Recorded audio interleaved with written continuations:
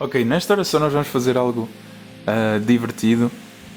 Esta oração vai ser uma oração usando uma curiosidade.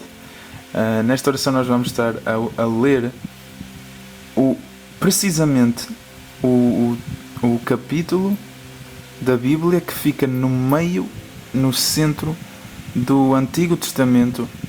E nós vamos ler depois o capítulo que divide a Bíblia ao meio, a Bíblia inteira ao meio, e nós vamos ler depois o texto que divide o Novo Testamento. Ou seja, nós vamos dividir o Antigo Testamento a meio e ler esse capítulo. Nós vamos dividir a Bíblia inteira a meio e ler esse capítulo. Nós vamos dividir o Novo Testamento a meio e vamos ler esse capítulo. Agora, isto é para pura curiosidade e nós vamos orar esses pontos centrais, tanto do Antigo Testamento como da Bíblia inteira e também do Novo Testamento, e descobrir o que é que está lá contido, ok? Eu estou um pouco...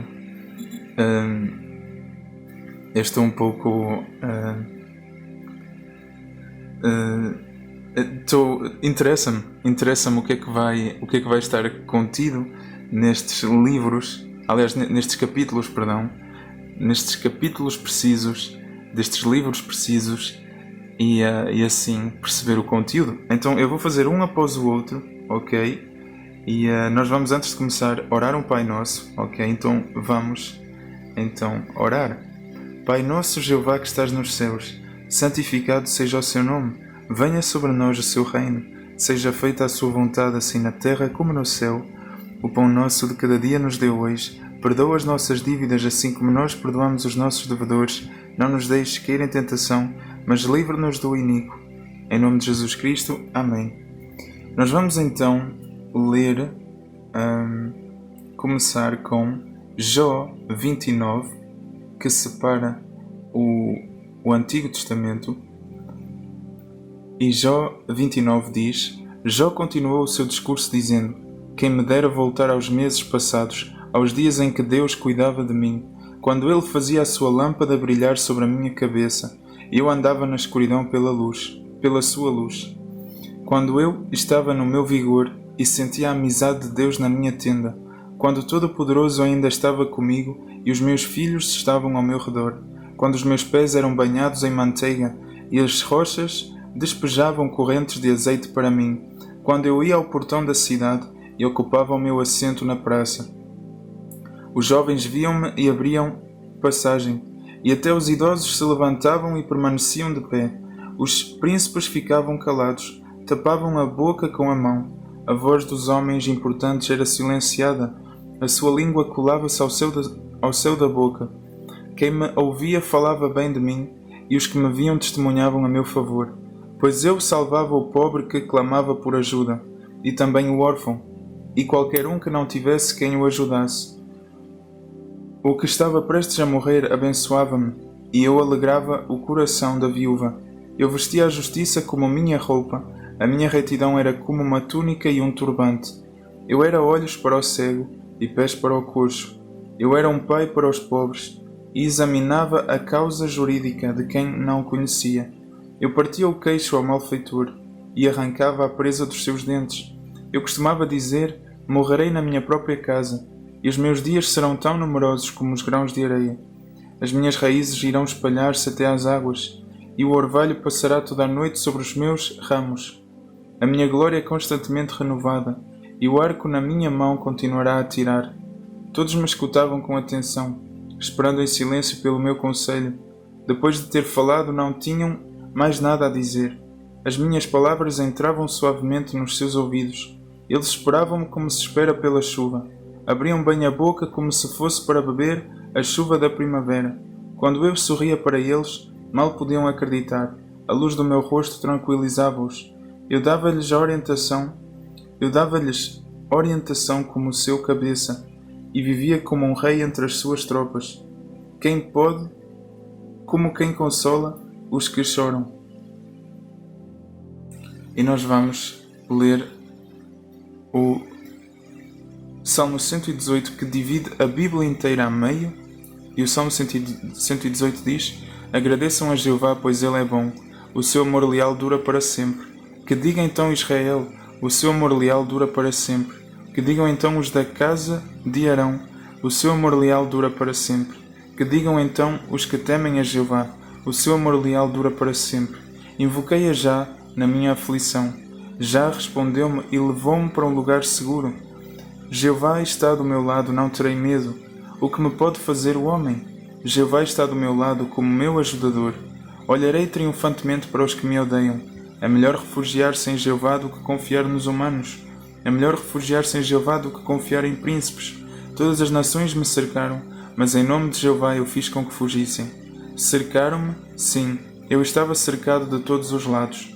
Mas em nome de Jeová eu fiz com que fugissem. Cercaram-me como abelhas, mas foram extintas tão rapidamente como um fogo entre espinhos. Em nome de Jeová eu fiz com que fugissem. Fui fortemente empurrado de modo a cair, mas Jeová ajudou-me. Já é o meu abrigo e a minha força, e Ele tornou-se a minha salvação. O som de alegria e de salvação está nas tendas dos justos. A mão direita de Jeová demonstra poder.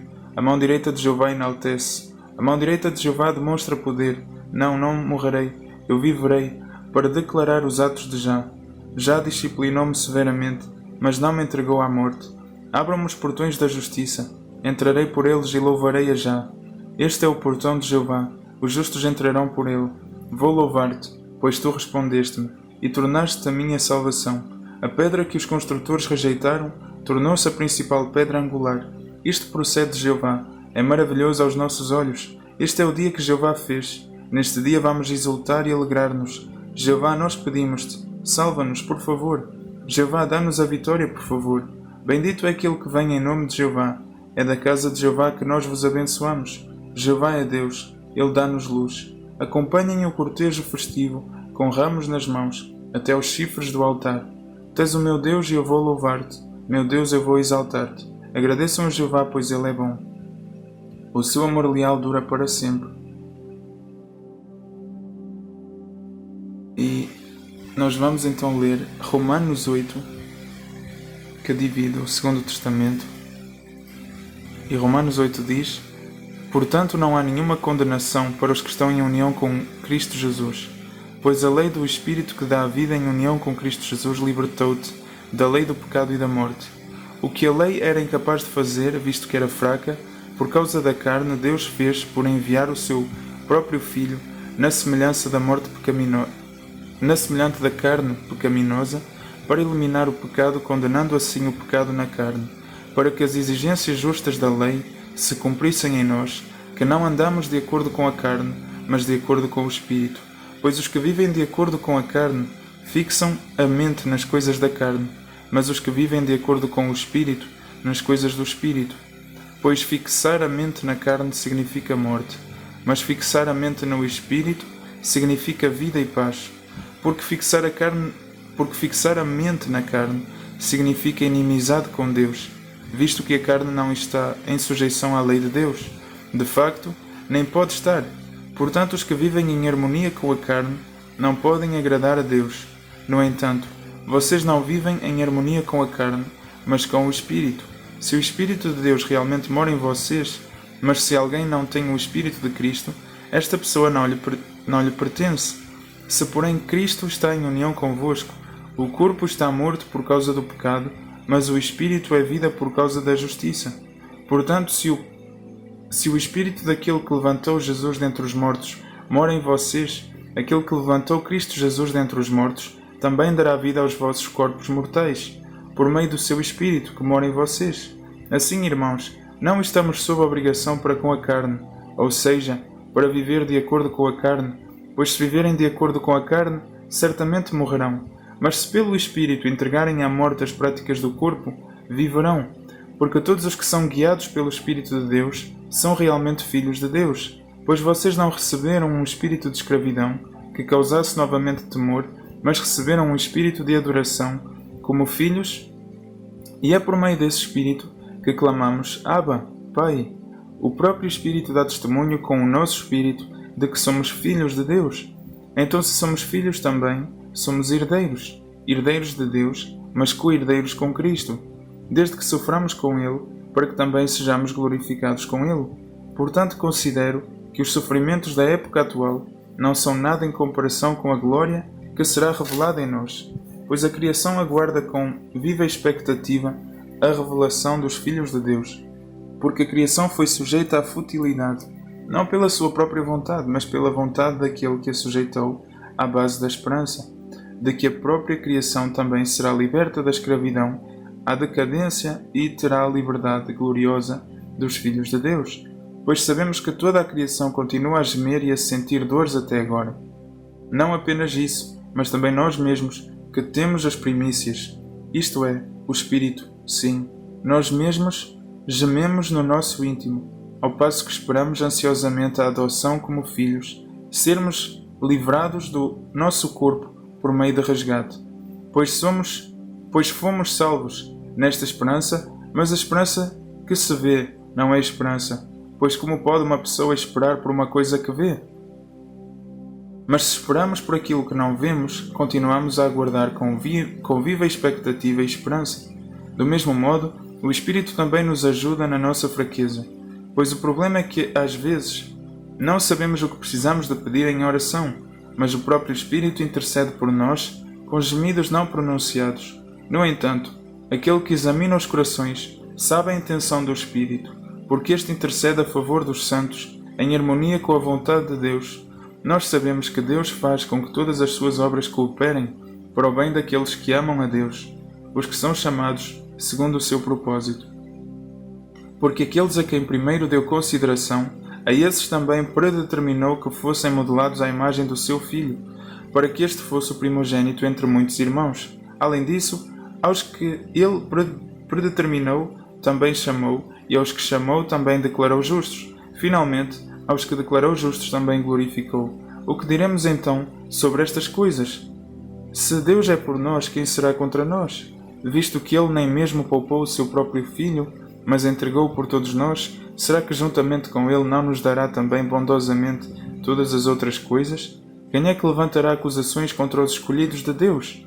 É Deus quem os declara justos. Quem é que os condenará? Cristo Jesus é aquele que morreu e ainda mais é aquele que foi levantado, aquele que está à direita de Deus e que também intercede por nós. Quem é que nos separará do amor de Cristo? Será tribulação, ou aflição, ou perseguição, ou fome, ou nudez, ou perigo, ou espada? Assim como está escrito, por tua causa somos entregues à morte o dia inteiro. Somos considerados como ovelhas destinadas ao abate. Pelo contrário, em todas estas coisas, saímos completamente vitoriosos, por meio daquele que nos amou. Pois estou convencido de que nem a morte, nem a vida, nem anjos, nem governos, nem coisas presentes, nem coisas por vir, nem poderes, nem altura, nem profundidade, nem qualquer outra criação, será capaz de nos separar do amor de Deus que está em Cristo Jesus, nosso Senhor. E assim termina estes capítulos. E é incrível de analisar que o ponto central, Salmos 118 fala sobre Deus, a importância de Deus, e os outros também completam esse aspecto. Jó também fala de como era bom antes, por causa de Deus, de ter Deus na vida dele. E agora aqui em Romanos 8, quando Deus é por nós, quem é que pode ser contra nós? É como se existisse é como se aquilo que Jó estava a pedir lá atrás, que era tão bom quando Deus estava na minha vida, é como se agora Romanos 8, já no Novo Testamento, nos dá um meio para voltar a ter Deus em nossas vidas. Nos dá o caminho, um plano, um passo a passo. É de vivermos pelo Espírito. e de abrirmos mão a uma vida pela carne. É como se nós agora temos a solução daquilo que Jó estava a pedir lá atrás. E passando pelo Salmo 18, que revela claramente a importância de Deus e a separação entre, aliás, e a diferença entre Deus e o homem.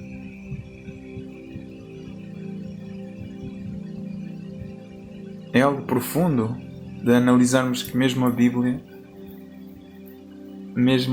é como se o ponto central é sempre Deus. Quer tenha sido o ponto central de todo o Antigo Testamento.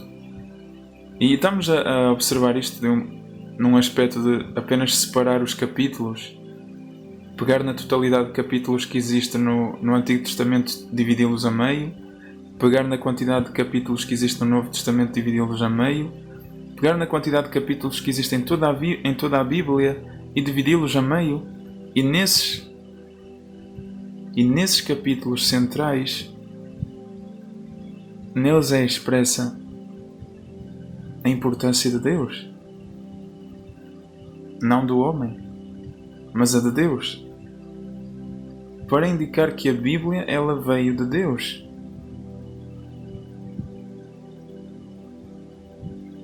É algo profundo, é uma curiosidade, mas é algo profundo.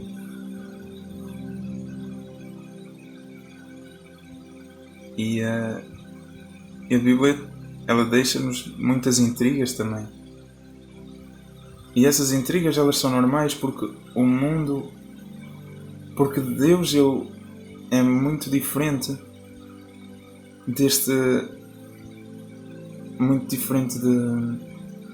o mundo de Deus é muito diferente deste mundo nosso. E tudo que nós, neste nosso mundo, lemos sobre Deus e que podemos apoiá-lo em algo do nosso mundo para compreender, é algo que nos fascina, porque nós tentamos compreender algo que está além do nosso entendimento. Então nós nos surpreendemos com certas curiosidades e estamos longe. Na verdade, nunca vamos entender completamente o mundo de Deus, mas não é por isso que Deus se esconde de nós. Não é por isso que Deus não deseja que nós aprendamos mais sobre Ele, sobre as coisas dele. Então esta foi apenas uma curiosidade e nós vamos mas ela de facto contém uma mensagem profunda, é que Deus é importante. Deus é o ponto central, quer tenha sido lá atrás, quer seja em toda a Bíblia, ou quer seja atualmente, nos tempos de agora. Deus continua a ser e continuará a ser o ponto central de tudo.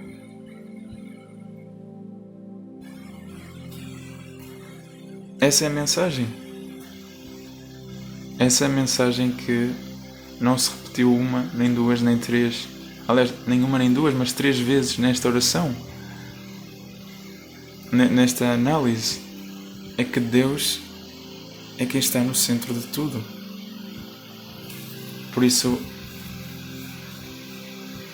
e também que é por meio de Deus que tudo é possível. Então nós vamos selar este entendimento com o Pai Nosso e entregar esta oração para Deus. Pai nosso, Jeová que estás nos céus, santificado seja o seu nome. Venha sobre nós o seu reino. Seja feita a sua vontade, assim na terra como no céu. O pão nosso de cada dia nos dê hoje.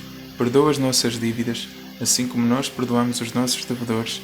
E não nos deixe cair em tentação, mas livre-nos do iníquo. Em nome de Jesus Cristo. Amém.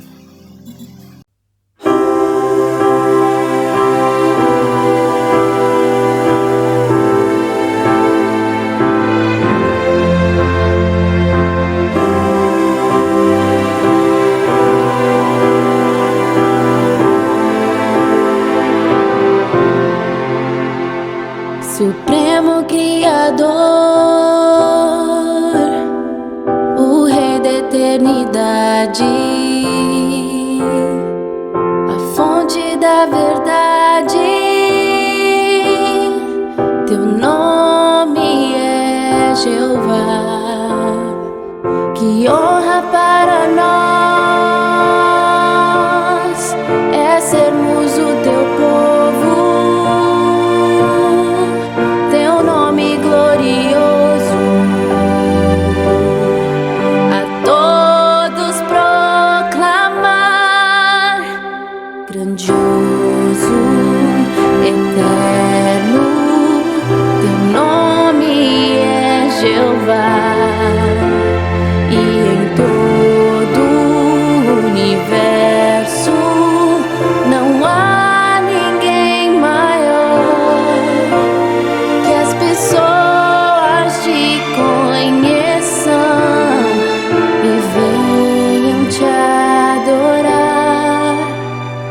Grandioso, eterno, servimos a ti, Jeová.